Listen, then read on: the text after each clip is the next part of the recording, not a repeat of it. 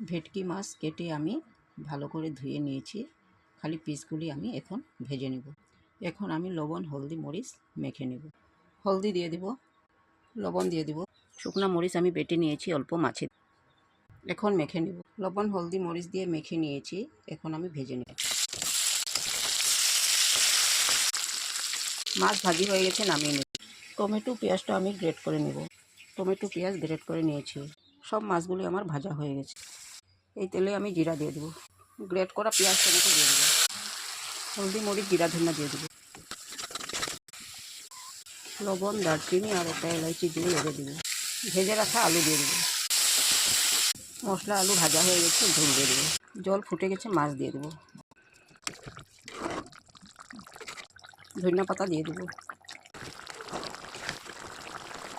Tomato আলু দিয়ে মাছটা আমার হয়ে গেছে। Thank you.